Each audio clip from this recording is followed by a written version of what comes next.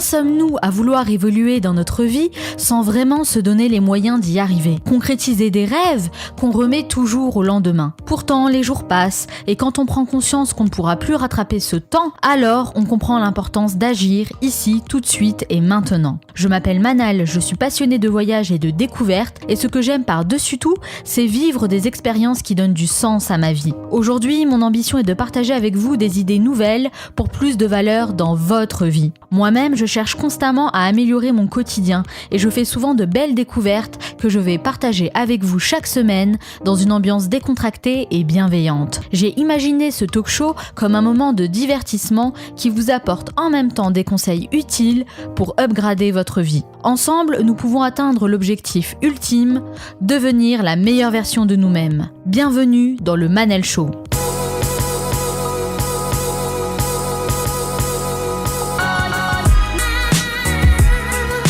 Le Manal Show, c'est votre capsule inspirante pour devenir la meilleure version de vous-même. Chaque semaine, je reçois des invités aux horizons différents et aux parcours inspirants qui partagent leurs conseils et leurs expériences. Pour être certain de recevoir tous les épisodes du Manal Show et être informé des nouveautés à venir, abonnez-vous directement à ma newsletter sur le manalshow.com. Désormais, c'est là que tout se passe. Dans cet épisode, on va voir comment dépasser ses limites et développer un mental de gagnant. Un Français sur 2 se dit ne pas être heureux et aimerait changer de vie. Mais combien osent vraiment franchir le pas? On a tous des limites qui nous empêchent de réaliser nos rêves et ça crée une véritable frustration qu'on peut retranscrire dans notre quotidien. Nos propres limites nous empêchent finalement de nous épanouir. Pour les dépasser, il va falloir faire des efforts qui sont à la portée de tout le monde, des choses très simples, vous allez le voir, qui vont complètement changer votre état d'esprit. Dans la première partie, nous allons nous pencher sur cette notion de dépassement de soi à travers des exemples et comprendre comment on peut s'en inspirer pour casser nos propres barrières. Puis je recevrai mon invité, Jean-Marc Mormec, un boxeur de très haut niveau. Il va partager son expérience et nous dire comment lui, il a fait pour dépasser ses propres limites. Dans la troisième partie, Juliette et Sofiane me rejoindront pour nous parler de projets innovants qu'on va pouvoir utiliser concrètement dans notre quotidien. Enfin, je terminerai cette émission en vous donnant mes meilleurs conseils pour vous aider à repousser vos limites et adopter un mental de gagnant. Et comme Michael Jordan a dit, certains veulent que ça arrive, d'autres aimeraient que ça arrive et quelques-uns font que ça arrive. Cette émission dure 50 minutes et pas une de plus, alors soyez attentifs, faites partie de ceux qui font que ça arrive, passez à l'action. Si vous écoutez le Manal Show chaque semaine et que vous vous êtes inscrit à la newsletter, c'est que vous êtes déjà dans une démarche de dépassement de soi. Le principe même de cette émission est de partager avec vous mes meilleurs conseils pour améliorer votre vie et révéler tout le potentiel qui est en vous. C'est un objectif ambitieux, parce que c'est compliqué de changer ses habitudes. L'être humain a plutôt tendance à aller vers la facilité et à remettre au lendemain les choses les plus difficiles à accomplir. Savez-vous que seulement 2% de la population arrive à se démarquer et à faire de grandes choses? Mais en adoptant un état d'esprit positif, en ayant un mindset de winner, vous ferez partie des gens qui se bougent et qui s'épanouissent dans leur vie.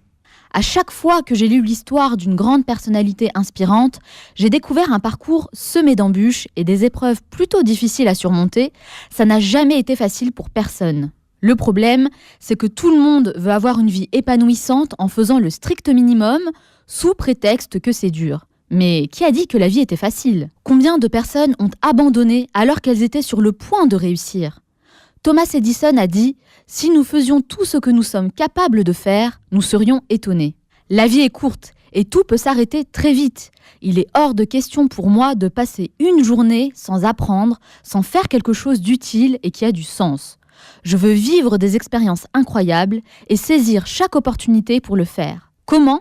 En me lançant des challenges, comme cette émission qui me demande beaucoup de travail et d'énergie, mais je dépasse mes propres limites pour aller au bout de ce projet et devenir meilleur. Oui, parce que si chaque semaine je vous répète que l'objectif est de devenir la meilleure version de soi-même, sachez que je commence d'abord par appliquer tout ce que je partage avec vous pour y arriver. En fait, les plus gros freins, on se les met nous-mêmes. C'est dans la tête que ça se passe. On se dit que c'est pas le bon moment, qu'on n'a pas assez d'argent et pas assez de temps. C'est ce qu'on appelle les croyances limitantes. Et même si je vous dis « n'ayez pas peur, lancez-vous », ça ne marchera pas. En vrai, ce que je dois vous dire, c'est « ayez peur et lancez-vous ». Cette peur, C'est ça le vrai moteur. Et l'idée est de savoir la dompter pour en faire quelque chose de positif. C'est souvent quand on est au pied du mur qu'on n'a plus le choix, qu'on arrive à se dépasser pour accomplir des choses extraordinaires. Qu'est-ce qui se passe à ce moment-là dans notre tête ? J'ai posé la question à Laura, qui elle aussi pousse ses limites chaque semaine pour être au rendez-vous avec nous. Ça dure 3 minutes 30, c'est la story. Nos compatriotes veulent le changement. Profitons de cette longue période hivernale propice au cocooning et aux excès alimentaires pour parler aujourd'hui de nos limites personnelles, celles que l'on s'impose et que l'on s'empêche, parfois, de dépasser, autant dans l'effort psychologique que physique. Pour commencer, faisons un peu le point. C'est quoi une limite ? Comment se définit-elle à un niveau personnel ? On peut dire que notre vie et la façon dont on la mène en est une bonne représentation. L'observer sans jugement, la comparer avec la vie que nous aimerions avoir, est une manière très efficace de délimiter ses propres limites. Tout cela est bien sûr fortement lié à la notion de zone de confort, dont on a déjà moult fois parlé. Ce que je connais s'empile dans une zone dite de confort, dont les frontières sont, roulement de tambour, mes propres limites. Vous suivez ? Les limites, ce sont donc les nouvelles connaissances, émotions, efforts, etc. que l'on se refuse à soi-même, par peur et par manque de confiance, le plus souvent, et peut-être aussi par habitude, au sein d'une époque où il est facile d'être en proie au doute et au sentiment d'impuissance. Pour dépasser ces limites, il faut, comme le dit souvent Manal, oser agir, oser changer. En somme, il faut avoir de l'audace. David Levesque, entrepreneur, identifie sur son blog les 3 ingrédients essentiels pour pouvoir dépasser ses limites et voguer librement sur la vague de ses désirs. Il faut une bonne connaissance de soi, de son fonctionnement psychologique, des objectifs clairs et surtout de la confiance en soi. La limite est donc une notion fondamentale pour sa croissance personnelle. Aller au-delà est possible à un niveau psychologique et philosophique, tel qu'on l'aborde souvent au sein du Manal Show, mais aussi à un niveau physique. La motivation et le dépassement de soi sont d'ailleurs les principaux moteurs de l'effort physique, lui-même si important au bien-être corporel et émotionnel. Et s'il y en a bien pour qui le concept de dépasser ses limites est un perpétuel challenge, ce sont bien les athlètes. Ceux qui refusent d'arriver au bout de leur discipline, comme Dick Fosbury, premier homme à effectuer un saut en hauteur en rouleau dorsal et non ventral comme le voulait la pratique. D'abord refusé, son saut lui permet finalement de remporter les JO de Mexico en 1968 et, au passage, de marquer l'histoire. Ou bien encore ceux comme Teddy Riner, qui, en plus de son entraînement physique, cultive une véritable préparation mentale. À l'aide de séances avec sa psychologue, il travaille quotidiennement pour maîtriser ses angoisses, son niveau de stress, éviter les contre-performances. Selon lui, ses 10 titres de champion du monde, c'est bien à sa tête qu'il les doit et non à ses muscles. Ces exemples nous prouvent bien que se dépasser physiquement, ce n'est pas seulement puiser en soi pour effectuer un effort qui nous semble insurmontable à l'instant T, ça peut aussi devenir une véritable philosophie de vie, une détermination à passer outre sa souffrance physique, à trouver l'énergie nécessaire pour ne pas abandonner. Et cette énergie ne s'exprime pas uniquement lors d'un match ou d'une course à pied, elle s'exprime tous les jours face à chaque défi du quotidien et permet à celui ou celle qui la cultive de réaliser de grandes choses. Comme le dit Roger Lannoy dans son excellent article sur le sujet, on ne sait jamais à quelle distance du succès on se tient réellement et la victoire sourit toujours à celui qui osera faire un pas de plus. Alors, à ceux pour qui les mots effort physique ne riment qu'avec effroi, larmes et sueur, rappelons que le sport peut pourtant être la première étape au développement d'un mental équilibré et combatif. Un véritable allié avec lequel il est plus facile de mener à bien ses objectifs quels qu'ils soient, à repousser les limites de son quotidien, en bref, à acquérir les automatismes nécessaires au dépassement de soi. Vous pouvez être fier de vous. Usain Bolt est le parfait exemple d'une personne qui cherche à dépasser ses limites. Savez-vous qu'il affirme se voir gagner la course plusieurs fois dans sa tête avant même de se retrouver sur la ligne de départ ? J'aime beaucoup cette idée, ça nous pousse à adopter une attitude de gagnant, à prendre confiance en soi et à faire tomber les barrières qu'on a dans notre propre esprit. Par expérience, c'est vraiment un état d'esprit que je vous invite à adopter, même si je sais qu'en France c'est mal vu et que ça peut faire prétentieux, mais justement, c'est le premier préjugé dont on doit se détacher.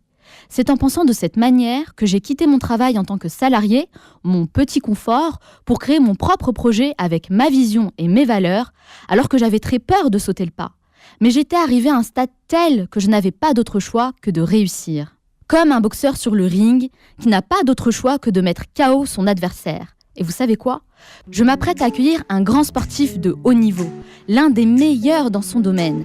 Jean-Marc Mormec va partager son expérience et ses meilleurs conseils pour dépasser ses limites. Ce sera dans la deuxième partie, alors restez avec moi.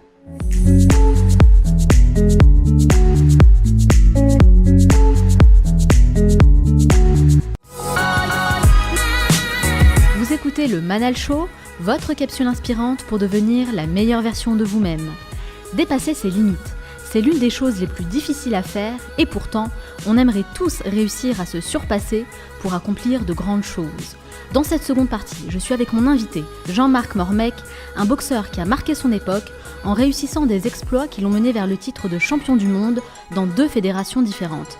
Il va nous expliquer comment il a réussi à dépasser ses propres limites pour arriver à un tel niveau. Juliette et Sofiane me rejoindront juste après pour partager avec nous leur découverte de la semaine. Ce sera dans la 3e partie. Enfin, je vous donnerai mes meilleurs conseils pour vous aider à casser ces barrières psychologiques qui vous freinent et des actions simples à mettre en place pour dépasser vos limites. Celui qu'on surnommait The Marksman, le tireur d'élite, a entamé sa carrière de boxeur avec un objectif précis, devenir champion du monde. Il a travaillé dur et a su faire sa place dans un univers très difficile pour marquer l'histoire de la boxe française.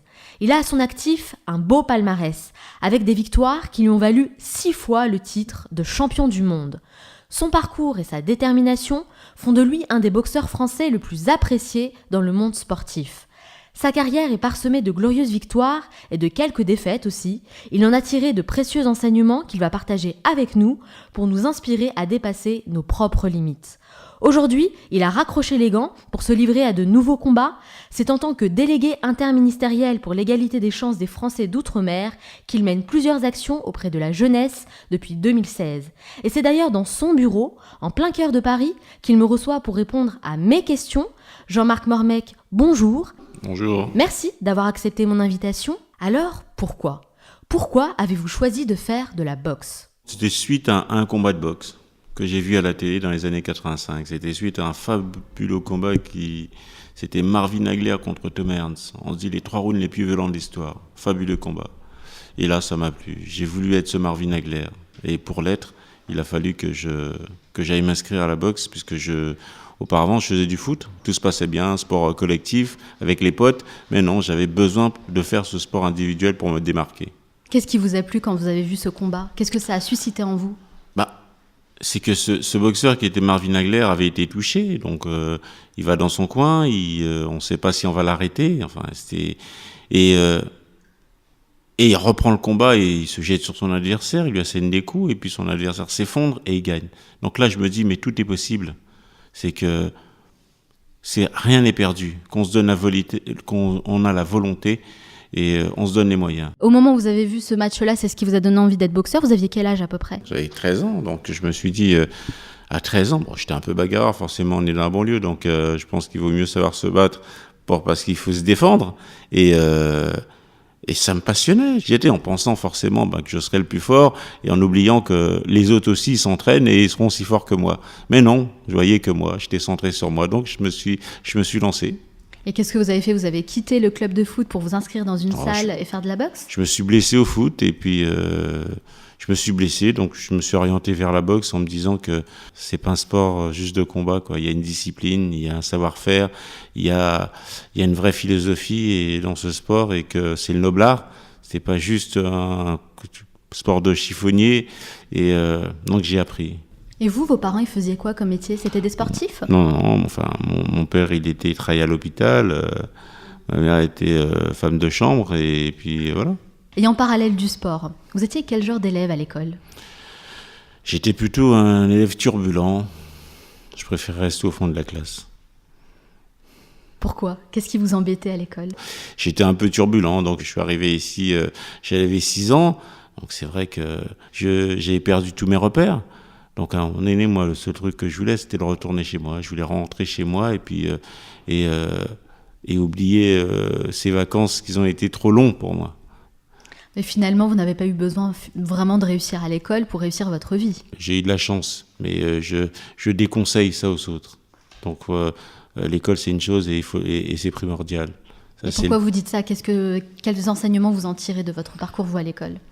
J'aurais pu faire mieux. C'est ce que je dis. Mais ça, c'est un passeport pour la vie. Ça dure plus longtemps que le sport. On peut se blesser entre-temps. Il peut y avoir plein de choses. L'école, c'est important. Il faut que ces jeunes sachent que l'école, c'est vraiment important. C'est quelque chose que vous regrettez, ça, de ne pas avoir assez travaillé à l'école ? Bien sûr. Moi, je finis toujours ce que j'ai commencé. Donc là, j'ai commencé quelque chose que j'ai pas voulu finir. Donc, c'est pas bien. Alors, la boxe, c'est un sport qui est quand même assez dangereux. Pourquoi? Vous, en tout cas, c'est ce qu'on dit. Ouais, Vous ne trouvez pas? C'est ce qu'on dit. Ouais. Et pour moi, non, regardez. Tout va bien pour vous, apparemment. Est-ce que j'ai l'air dangereux? Est-ce que j'ai l'air défiguré? Est-ce que non? Donc non, la preuve, je suis délégué interministériel aujourd'hui, donc c'est pas si dangereux que ça. En quoi c'est dangereux? Mais vous, vos parents, justement, à l'époque, ils ne pensaient pas que c'était un sport dangereux pour vous? Ils avaient des a priori, comme beaucoup de personnes. Le danger, c'est quoi? Le corps n'est pas fait pour se faire taper dessus. On prend des coups dans la tête et forcément, on se dit mais non, comme ça nourrit pas. Si ça abrutit. Je pense que le sport, c'est une philosophie. Tout dépend comment on l'a fait. Tout dépend comment on la pratique. Tout dépend comment, avec l'enseignement et aussi les enseignants que vous avez, comment ils vous l'apprennent, ces éducateurs. Comment vous avez fait pour convaincre vos parents, justement? Vous savez, quand vous habitez dans un quartier difficile, quartier sensible, et vous dites vous voulez faire du sport, alors du foot, de la boxe, peu importe, mais faites quelque chose. Donc, parents, ils préfèrent que j'aille à la boxe, que je reste dans la rue en train de faire des conneries. Donc ouais, va à la boxe, tu vas t'arrêter au bout d'une semaine ou deux parce que les coups vont être trop durs, mais au moins, j'aurais essayé. Mais j'y suis resté, c'est devenu une passion. Ah, c'est devenu une passion. Ça, c'est vrai que je le dis souvent, pour réussir quelque chose dans la vie, il faut d'abord le faire avec passion. Ça, c'est vraiment le secret de la réussite. Est-ce que vous, il y a une personne qui vous a inspiré tout au long de votre parcours? Ce boxeur qui s'appelle Marvin Hagler qui m'a inspiré parce que j'ai vu ce combat, j'ai voulu être ce type. Mais après, comme je viens de le dire, tout dépend qui vous apprend le sport, tout dépend qui vous éduque. Moi, j'ai des gens, des éducateurs. C'est que vous savez, quand vous êtes dans un quartier prioritaire de la ville, donc on a chacun sa façon de faire. Vous avez votre personnalité. Et puis vous arrivez, donc voilà, il y a des heures, et puis on les respecte pas les heures, on n'a pas respecté, on n'en respecte rien, on a tendance à vouloir rien respecter. Je suis arrivé, moi, en retard, l'entraînement c'était à 5h30, je suis arrivé, moi, à 6h ou 6h15, et je rentre dans les vestiaires comme si j'étais chez moi. Donc ce prof qui est arrivé, qui m'a dit « Qu'est-ce que tu fais ?» Je lui ai dit « J'arrive tout de suite ». Il m'a dit « Non ». Je lui ai dit « Pourquoi non ?» Il m'a dit « Parce que tu es en retard, donc ça veut dire que tu n'as pas le respect des autres. » Ici, il y a des codes, mais surtout des règles. Et les règles, c'est déjà d'arriver à l'heure. Et si tu le fais pas, c'est que tu veux pas respecter les règles et les codes. Donc, aujourd'hui, je peux pas t'entraîner. Donc, tu rentres chez toi, mais tu reviens pas. On n'a pas besoin de toi ici. Il y avait une certaine fermeté. Vous avez peut-être appris aussi la rigueur, d'être beaucoup plus rigoureux. rigoureux. Justement, cette rigueur. Et enfin, parce que je voulais tellement faire ce sport, donc j'aurais pu rentrer. J'aurais pu être, comme on l'est déjà, un but de sa personne ou susceptible. Non, mais je suis resté parce que je voulais faire ce sport. Il m'a dit, voilà, si tu veux faire ce sport, si tu veux venir demain, faut que tu restes. Tu devais t'entraîner, donc tu restes, tu regardes les autres. Et demain, tu arriveras à l'heure. Je suis resté arrivé tous les jours à l'heure, voire en avance. Et 1 an après, c'est moi qui commençais à échauffer ceux qui arrivaient pour pouvoir les échauffer, les entraîner. Vous vous entraîniez justement combien d'heures par semaine à peu près? Au début, vous entraînez 2 heures parce que c'est 2 heures. Et puis quand on arrive professionnel, vous entraînez toute la journée. C'est-à-dire vous entraînez le matin, vous entraînez l'après-midi. Donc vous allez vous entraîner 2h30, 3 heures le matin. Et vous allez enchaîner le soir. Donc ça va faire à 5 à 6 heures des fois par jour. Parce que vous avez quelque chose à gagner. Parce que vous aussi, vous gagnez de l'argent. Vous commencez à vivre de ce sport. Et vous avez envie d'être le meilleur. Et de devenir le meilleur. Ouais. Alors, quelqu'un qui n'a jamais fait de boxe de sa vie et qui va commencer à s'entraîner autant que vous, à l'époque, est-ce que vous pensez, avec cette même intensité, est-ce que vous pensez que cette personne peut devenir champion après autant d'heures d'entraînement? Est-ce que tout le monde peut arriver à devenir champion? Après, c'est pas juste le dire il faut s'entraîner. Alors, vous pouvez vous entraîner 8 heures et ne jamais devenir champion. C'est tout, c'est une mentalité, c'est ce que vous dégagez, c'est la force de caractère, c'est l'envie que vous avez pour, si vous avez envie de devenir champion. On dit il faut vivre ses rêves et pas rêver sa vie. Donc, tout dépend. Si vous êtes pas juste en loisir et frapper sur un sac en se disant que je suis en dilettante, je me fais plaisir, ok. Mais si vous avez un but, et le but, c'est de devenir champion du monde. Et si vous travaillez, vous écoutez, il n'y a pas de raison que vous ne soyez pas champion du monde. Et en tout cas, même si vous ne le deveniez pas, il n'y aurait pas de regret parce que vous avez essayé de faire quelque chose. Vous, c'est quelque chose que vous aviez envie de devenir champion du monde dès le départ? C'était mon rêve. Moi, le championnat du monde, pour moi, c'était avant même d'être champion de France, je voulais être champion du monde, moi. Ah, donc c'est quelque chose, c'est un rêve, une envie que vous aviez dès le début de votre carrière. Ah non, moi, je me suis conditionné, je le fais parce que je vais devenir champion du monde. Si je veux changer de vie. Et ça, vous l'avez dit à votre entourage, je veux devenir champion du monde? Bien sûr, j'en étais. Alors moi, j'étais un jeune de quartier, comme tous les autres, quand il neigeait comme aujourd'hui, donc on était dans les halls, et on discute entre nous, et quand il faisait beau, on était dans la cité, et qu'est-ce que tu fais, qu'est-ce que tu feras, moi je serai champion du monde. On me dit, mais qu'est-ce que tu racontes, ça n'existe pas, c'est pas chez nous. C'est comme comment, champion du monde, comme aux États-Unis. Mais Jean-Marc, ça n'existe pas, oui, je serai champion du monde, je vous le dis, vous verrez. Mais mon père me dit, oh, déjà, si tu étais champion de France, je serais le plus heureux. Je lui dis non, mais moi, je serais champion du monde. Ah ouais, donc vous avez été vraiment conditionné, en tout cas, comme ça. Mais je travaillais comme pour moi un champion du monde. Donc, fallait être dur, fallait en vouloir, fallait le dépassement de soi, fallait toutes ces choses fallait cette rigueur, fallait cette souffrance. Faut l'accepter, faut accepter que l'autre soit plus fort que vous, mais aussi, au fur et à mesure, faut pouvoir savoir quand vous allez le dépasser et que vous allez être meilleur que lui. Vous aviez en tout cas cet objectif, c'était de devenir champion du monde. Cet objectif, cette motivation et cette envie. Cette envie, cette passion. Vous savez, Jean-Marc Mormec, j'avais lu récemment Usain Bolt, en fait, qui disait qu'avant de commencer à courir, à faire sa course, lui, il imaginait gagner sa course déjà dans sa tête. Est-ce que ça, c'est quelque chose qui vous parle? Est-ce que vous prépariez de la même manière? Entre la course et prendre des coups, c'est encore différent. Mais là, il y a l'appréhension, il y a l'appréhension des coups, que l'autre en face, il va vous faire mal, parce que lui, il n'est pas là pour faire du tricot. Donc, forcément, bien sûr, vous entraînez parce que vous pensez que vous êtes le meilleur et que vous allez gagner, mais quand vous arrivez, vous avez des doutes. Vous aviez des appréhensions, des peurs à ce moment-là? Bien sûr, carrément, des peurs, des appréhensions, vous avez des doutes et vous dites, mais est-ce que je vais être le meilleur? Est-ce qu'il va pas être plus fort que moi? Est-ce qu'il va pas me faire mal? Est-ce que je vais pas tomber KO? Il y a plein de choses qui vous passent par la tête, parce que tout simplement, vous êtes un homme et vous avez peur. Mais moi, j'avais ce truc, alors j'ai des petits secrets. Quand j'étais plus jeune, je regardais un Mike Tyson, quand il combattait, et des fois, un jour, je l'ai vu pleurer, et Cus D'Amato, son entraîneur, il lui disait, mais pourquoi tu pleures? Et il dit, mais l'autre, il est aussi fort que moi, et peut-être que il va me mettre KO, et lui dit, mais alors, qu'est-ce que tu veux être? Tu veux être un héros ou un lâche? Le héros, il a aussi peur que le lâche, mais il va faire un pas en avant. Et le lâche, il va être pétrifié par la peur et il va reculer. Donc, qu'est-ce que tu veux être? Il dit, je veux un héros, il avançait. Donc, moi, j'ai toujours voulu être un héros, donc j'avançais, même si j'avais peur. C'était quoi, vous, votre plus grande peur? Il n'y avait pas de plus grande peur. Il y avait une peur tout simplement, la peur que vous êtes tellement entraîné et vous savez que vous pouvez perdre sur un coup en quelques secondes ou voir à la fin du combat, la peur que vous allez perdre devant tous ces gens qui vont venir vous admirer. Mais c'est une bonne peur parce que ça vous fait mal, ça vous prend les tripes, mais en même temps vous avez envie de vous transcender, vous avez envie de monter et vous voulez savoir ce qui va se passer. Donc c'est une peur, mais elle est saine. Et une fois que vous montez sur ce ring, vous passez dans ce couloir de la mort, vous voyez ces gens et vous passez, et vous entendez, pour certains, vous voyez les gens, les visages, et quand le gong sonne, il y a une sorte de libération. Ça vous libère de tout parce que ça veut dire il faut commencer. Et vous êtes dans le bain et vous y allez, et vous avez mal, et des fois vous faites encore plus mal, et vous avez ce truc en vous qui vous dit c'est ta place et c'est ton moment. Mais même en étant champion du monde, arrivé à un certain niveau quand même, un haut niveau, le meilleur, vous aviez encore peur au moment d'arriver au combat? La peur, c'est pas mal. C'est pas mal, au contraire, il faut avoir cette peur. C'est une peur, il faut l'avoir pour pouvoir avancer. Si vous n'avez pas peur, c'est pas normal.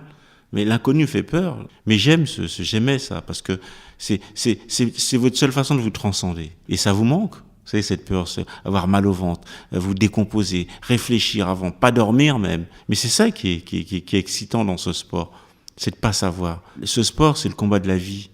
C'est vraiment un combat de vie. Ici, on le paye tout de suite. Quand vous travaillez, c'est pareil. Demain, vous arrivez, ça convient pas à votre patron, il vous vire. C'est un chaos. Vous faites quelque chose de mal, vous avez une sanction. C'est comme à la boxe. C'est un knockdown, vous êtes touché. Oui, c'est vrai, c'est important ce que vous dites. Finalement, la peur, c'est pas quelque chose de négatif en soi. Les gens ont peur de la peur, si j'ose dire. Mais en réalité, il faut l'accepter. Mais il faut l'accepter. Il faut l'affronter. Il faut l'affronter, il faut la surmonter surtout. Vous savez, je fais une comparaison. Dernièrement, le fait d'être délégué interministériel, je vais voir des jeunes et ils passaient des entretiens. Et je leur dis alors, vous avez un peu le trac? Non, tout va bien. Non, mais on a l'habitude, on l'a fait. Oh non, comme on a l'habitude, on a fait beaucoup d'entretiens.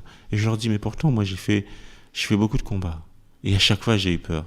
Et c'est une façon de dire, nous, on n'a pas peur, on est fort. Non, au contraire, cette peur, faut la vivre, faut la laisser. Parce que c'est ce qui va, c'est un régulateur. C'est ce qui va vous ramener à faire quelque chose. Ensuite, après, il faut la maîtriser et il faut la contrôler. C'était quoi, vous, votre point faible ? Est-ce qu'il y a quelque chose sur laquelle vous avez dû travailler dur pour justement évoluer ? Canaliser mes énergies. Moi, je veux toujours plus. Je veux toujours plus. Parce que pour moi, bien sûr, c'est le travail qui paye, mais aussi le repos fait partie de l'entraînement.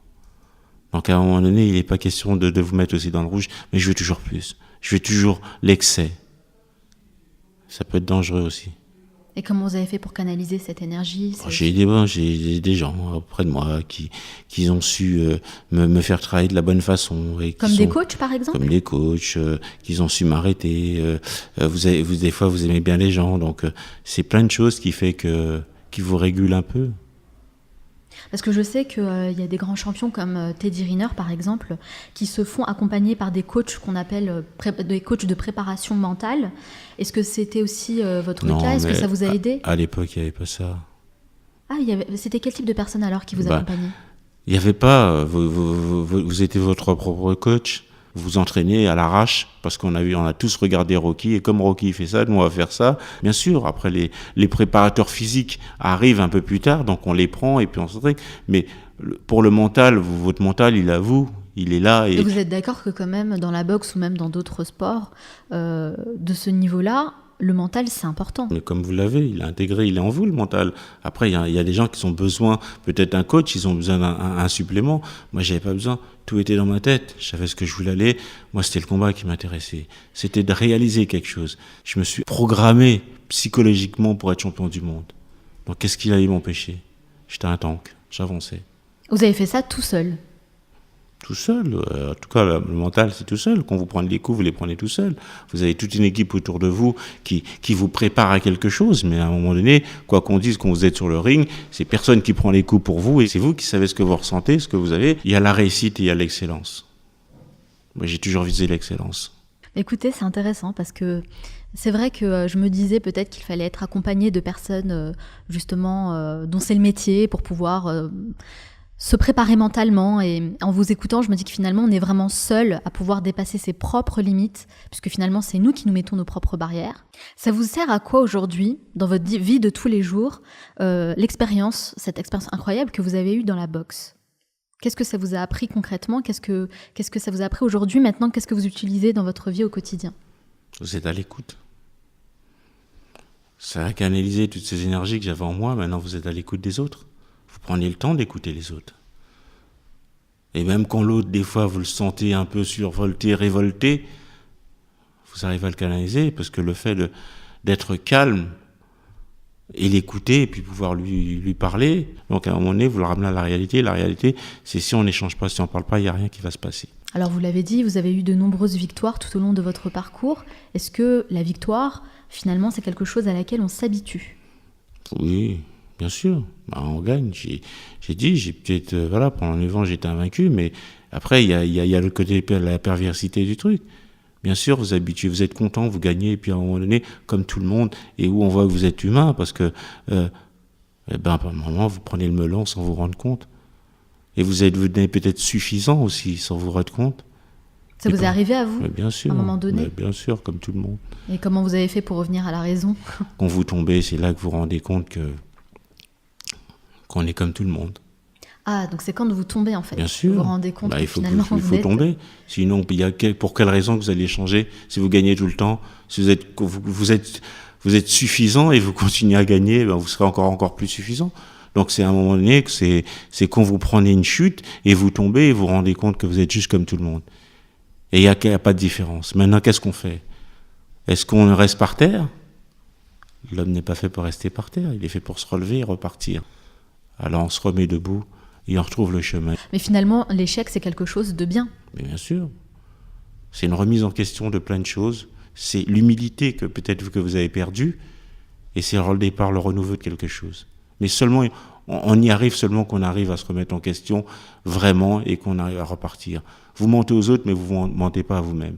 En tout cas, s'il y a bien un message à faire passer aux personnes qui nous écoutent aujourd'hui, c'est surtout, n'ayez pas peur d'échouer. Au contraire. N'ayez pas peur d'échouer, n'ayez pas peur d'avoir peur. C'est normal. La peur, ça fait partie du truc. C'est une façon, il faut apprendre à la canaliser, à la maîtriser. Vous serez meilleur. Vous serez encore meilleur que vous l'aviez été auparavant. Il faut avoir peur. Aujourd'hui, Jean-Marc Mormec, quels sont les nouveaux challenges que vous vous lancez ? Je suis délégué interministériel pour l'égalité des chances. Mais vous faites quoi concrètement ? Je m'occupe de tous ces Français des Outre-mer, tous ces Français qui sont en Outre-mer et qui arrivent en métropole. Et les jeunes qui rencontrent des difficultés, qui ont un problème de réseau. Un peu pour moi, pour certains, des fois, ce que je dis, c'est les oubliés de la République parce qu'ils sont loin. Ils sont loin et quand ils arrivent, malheureusement, on oublie qu'ils sont Français pour certains. Et vous vous voyez où dans 10 ans ? Dans 10 ans, je me vois dans un autre challenge, faire quelque chose d'autre. La vie, c'est un combat et tant que vous battez, c'est que vous êtes en vie. Vous, comment vous avez matérialisé concrètement votre rêve de devenir champion du monde ? Vous le programmez. C'est le pouvoir de l'intention. Pouvoir de l'intention. Vous pensez, vous vivez comme si vous l'étiez déjà. Vous y croyez au pouvoir de l'intention ? Bien sûr, j'y crois. C'est l'envie, la détermination que vous avez pour pouvoir y aller. Bien sûr, j'y crois. Vous y pensiez tous les jours à ça ? Mais vous le vivez parce que c'est ça le pouvoir de l'intention. C'est qu'on le vit, on s'imprègne de ça. Et vous le respirez dans ce que vous dites, dans ce que vous faites. Mais une fois que vous êtes sur votre objectif, là, vous vous mettez à fond dessus. Et vous regardez pas la montre, ou vous regardez pas en disant, ouais, mais là, je suis fatigué, je me sacrifie. Il n'y a pas de sacrifice pour ça. Quand vous aimez quelque chose et vous voulez faire quelque chose, ne croyez pas que vous sacrifiez en disant, ouais, mais moi, j'ai fait beaucoup de... Non, j'ai pas fait de sacrifice, moi. J'ai fait ce que je voulais faire et j'ai fait parce que j'étais obligé de le faire pour pouvoir réussir. Si vous commencez à vous dire, ouais, mais moi, je me sacrifie, je suis fatigué, arrêtez, allez chercher un boulot, travaillez et arrêtez d'emmerder le monde. C'est vrai. Quand on veut un truc, on ne sacrifie pas. On travaille pour l'avoir. Et tout ce qu'on fait, c'est bénéfique. On ne se plaint pas. On ne doit pas se plaindre. La première étape, la première marche pour arriver vers cet objectif, c'est de savoir ce qu'on veut faire. Être déterminé, être sûr de ce qu'on veut faire. Et définir clairement ce qu'on veut faire. Voilà. Et une fois que vous savez, et que vous êtes imprégné de ce que vous allez faire, vous commencez à avancer vers votre objectif. Quand on sait, qu'on veut quelque chose, on doit pouvoir l'expliquer. On doit pouvoir en parler. On doit pouvoir le définir. Et on doit pouvoir convaincre l'autre. Je vais reprendre l'image que vous avez dite tout à l'heure. La boxe, c'est un peu à l'image de la vie. On se prend souvent des coups et on doit se relever. Pour toutes les personnes qui nous écoutent et qui souhaiteraient justement se relever, quelles sont les 3 qualités qu'on peut tous développer, chacun à notre niveau, pour dépasser nos propres limites ? Alors comme ça, je peux pas dire parce que je pense qu'il n'y a pas de secret dans la vie. Chacun vit les choses différemment. Je dis juste qu'on fait quelque chose, qu'on fait les choses bien, on les fait vraiment bien avec sincérité, on se relèvera toujours parce que vous aurez toujours quelqu'un qui va vous aider, qui va vous tendre la main. Toujours. Avoir une bonne attention derrière. Toujours. Mais c'est ça qui marche, qui fonctionne. C'est que quand vous avez cette sympathie pour les gens. Et vous le développez naturellement parce que vous êtes sincère. C'est la sincérité qu'il faut avancer les choses. Non, si vous êtes faux, ça va se voir. Donc, je pense qu'on ressent les bonnes personnes. Et quoi que vous fassiez, si vous faites bien, si vous faites à la sincérité, si vous faites avec envie, et si vous tombez, vous trouverez toujours la force pour vous relever. Parce que vous avez été bon, vous avez été sincère. Comme je l'ai dit, on ment aux autres, mais on ne se ment pas à soi-même. Alors Jean-Marc Mormec, j'ai un petit rituel à la fin de chaque interview. Je pose une série de questions rafales. Il faut répondre le plus rapidement possible. L'idée, c'est d'apprendre à mieux vous connaître. Ça dure 1 minute 30. Est-ce que vous êtes prêt ? Oula, ça va être truc. Moi, je suis un diesel dans la boxe. Donc les diesels, vous savez, ça monte doucement, et après ça accélère sur la fin. Donc allez-y. C'est parti. Quelle est la première chose que vous faites en vous levant le matin ? Je vais à la salle de bain.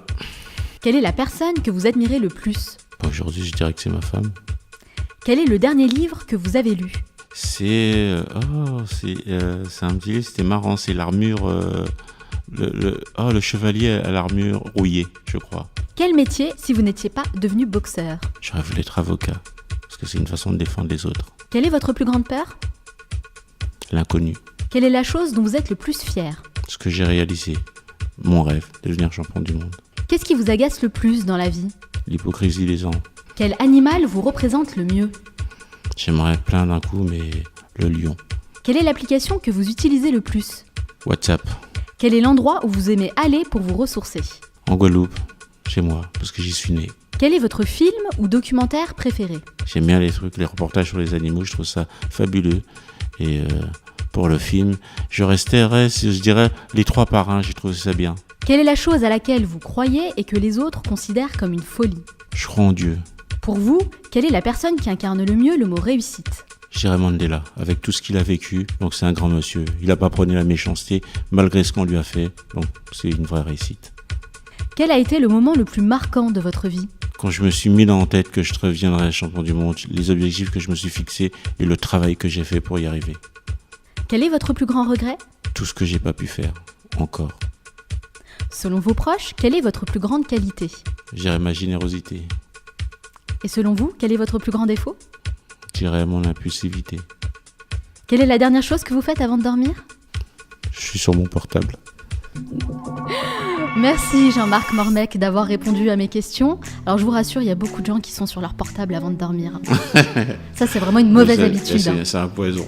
C'est un poison. Ah non, mais c'est un poison. Merci en tout cas d'avoir répondu à mes questions, d'avoir partagé votre expérience et tous les conseils hyper inspirants qui, je l'espère, vont aussi motiver les personnes qui nous écoutent. Si on veut en savoir davantage sur vous, votre actualité, où peut-on vous retrouver ? Il y a la délégation interministérielle pour tout ce qu'on fait. Il y a cette plateforme qui est Égalité Emploi. Est-ce que vous êtes aussi sur les réseaux sociaux ? Aussi, j'ai un Facebook officiel de la délégation. Bon, de toute façon, vous êtes hyper connectés, donc on peut venir vous suivre directement sur Facebook, Jean-Marc Mormec. Merci encore. Je vous souhaite encore beaucoup de succès dans tous vos futurs projets. Merci à vous, mais que les gens n'oublient pas qu'on fait quelque chose sincèrement, on a toujours une récompense. Merci Jean-Marc Mormec. Je vais accueillir nos 2 talentueux chroniqueurs, Juliette et Sofiane, qui vont partager avec nous leur découverte de la semaine. Restez avec moi.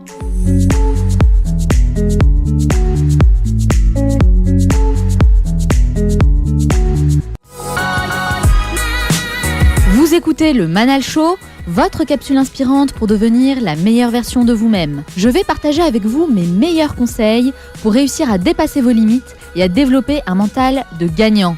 Mais avant ça, on retrouve nos 2 talentueux chroniqueurs, Juliette et Sofiane, qui vont partager avec nous leur découverte de la semaine, des choses utiles qui pourraient apporter plus de qualité dans nos vies. Salut Juliette. Salut. Comment vas-tu aujourd'hui ? Je vais très bien, merci. Et toi ? Très bien, merci. Alors toi Juliette, chaque semaine tu sélectionnes une vidéo que tu as vue sur le net, tu la décryptes pour en tirer les meilleurs enseignements. Exactement. De quoi tu vas nous parler aujourd'hui ? Alors aujourd'hui, j'ai voulu parler d'un sujet assez original et qui nous touche en fait particulièrement nous 3, parce qu'on émet chaque semaine un podcast et donc il est essentiel pour toi Manal et Sofiane et moi-même que quand on parle, on nous écoute. Quand on prépare des émissions ou des chroniques, c'est notre objectif principal, c'est même tellement évident qu'en fait on n'y pense plus consciemment, c'est que les gens non seulement nous écoutent, mais plus que cela, qu'ils prennent du plaisir à nous écouter. Et si on se rend compte que les gens coupent notre partie, c'est qu'on a raté un truc quand même. Je sais pas ce que vous en pensez. Oui, c'est clair. Alors c'est vrai que tu le dis très bien, on s'en rend pas forcément compte. Enfin moi je faisais très attention à ça au départ, et puis maintenant je me concentre beaucoup plus sur le contenu. Mais ouais, j'espère que vous qui nous écoutez, vous prenez quand même du plaisir. Et surtout avec la voix de Sofiane qui est parfois un peu rauque. On essaie d'être qualitatif. Vous entendez la différence ? C'est pas de ma faute. Et donc, en fait, c'est essentiel de capter l'attention des gens avec qui on est, que ce soit pour une présentation au travail, pour un discours, à l'anniversaire de son meilleur ami, ou même, par exemple, pour faire sa demande en mariage. Et comme j'aime bien trouver des réponses à mes questions, j'ai trouvé une vidéo qui va, je l'espère, vous montrer comment faire pour capter 100% l'attention de votre entourage. Et c'est la conférence de Julian Treasure, qui est un expert en son. En fait, il donne des conseils à des entreprises un peu partout dans le monde sur la manière de concevoir les sons dans les espaces et surtout dans la communication.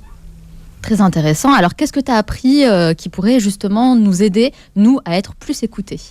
En fait, il montre qu'il y a des choses qui nous rendent difficiles à écouter. Par exemple, si on passe la journée à colporter des ragots, on peut être sûr qu'on va être la cible de ragots nous-mêmes juste après. Pareil, si on passe son temps à juger ou si on tient des propos très négatifs ou si on se plaint tout le temps, ça c'est un peu la spécialité française, c'est difficile à supporter et je pense qu'on l'a d'ailleurs déjà tous remarqué.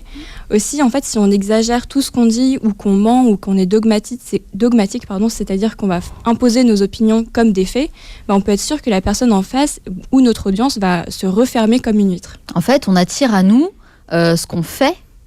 Exactement. C'est un peu l'effet miroir. Voilà, en fait, si on est honnête dans ce qu'on dit, qu'on est authentique et intègre, on peut être assez certain qu'on ne va pas tomber dans ces mauvaises habitudes. Pareil, si de manière générale, on souhaite le bien des gens autour de nous, il va être difficile de les juger 5 minutes après. Généralement, ça ne marche pas trop ensemble. Ensuite, nous, on s'en rend compte parce que on passe toutes les semaines sur un média audio.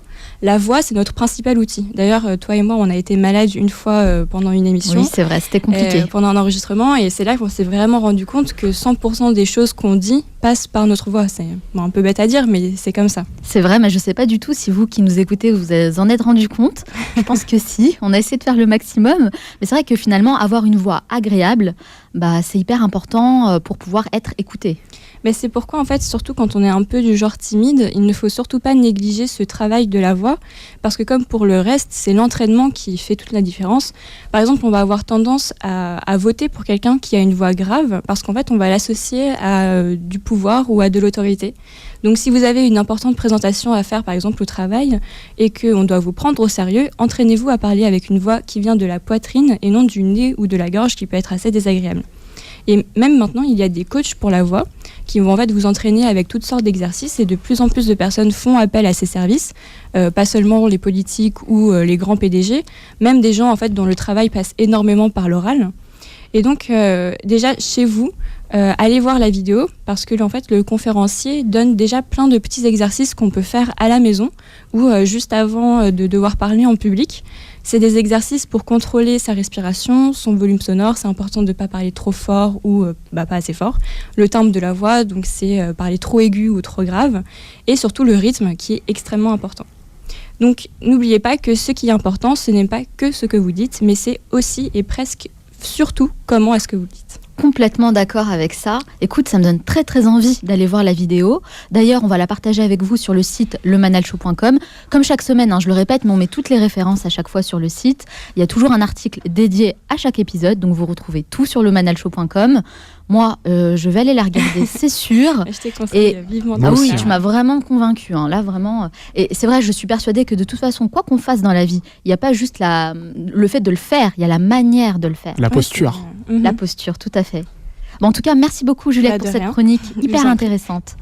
Bonjour Sofiane. Bonjour Manel. C'est à ton tour Sofiane. Toi, tu es notre dénicheur de tendances. Exactement. De quoi tu vas nous parler aujourd'hui ? Écoute, aujourd'hui, je vais parler de Coursera, qui est la première plateforme internet et déclinée en une application gratuite que tu peux télécharger sur Apple Store et Google Play gratuitement, et qui permet en fait de suivre de multiples formations proposées soit par des grandes entreprises ou des universités prestigieuses. Alors moi, quand j'ai découvert ça, quand j'ai regardé surtout les chiffres, ça m'a vraiment donné le tournis, au sens où t'as 2000 cours, t'as 146 universités partenaires dans 30 pays, donc c'est vraiment énorme, et 24 millions d'apprenants, donc c'est dire le nombre de personnes qui utilisent ça. Ouais. Donc ça fonctionne bien. Ça fonctionne très très bien. Et du coup, comment ça marche ? Ça se présente en fait, Coursera, c'est en fait un fournisseur d'enseignement super en ligne. Ça c'est le terme officiel. Ça c'est le slogan. Voilà, exactement. La valeur ajoutée par rapport à d'autres formations que tu peux trouver en ligne, c'est qu'en fait, tu as des MOOC sur vraiment tout.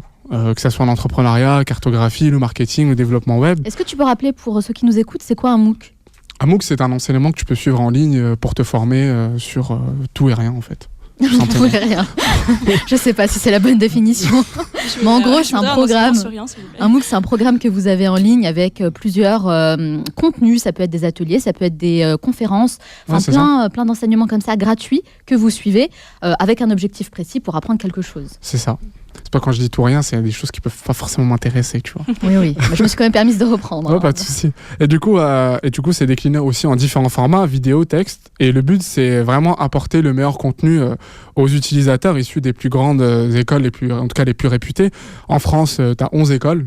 Ça peut aller de Polytechnique, ENS, HEC Paris, avec lesquelles, en fait, Coursera partage les revenus générés, tout simplement.